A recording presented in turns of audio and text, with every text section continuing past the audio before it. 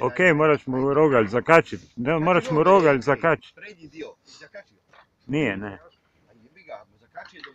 Jer će se poslije skakat.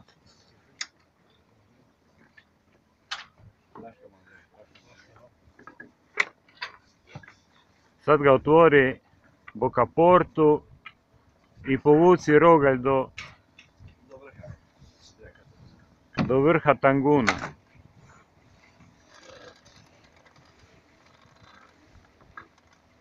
Silvio, rogalj tamo povuci do vrha tanguna.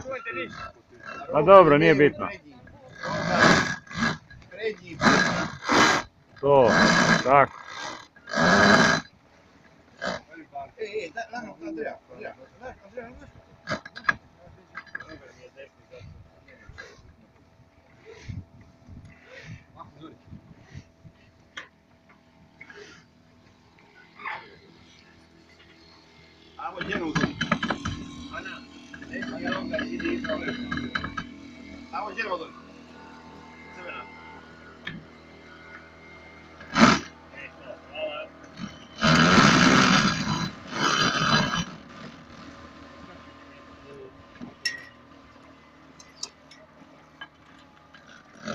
Silvio, ja sam ovo snimio, ja ću to tebi poslat pa ti procijeni da li da stavimo ili ne.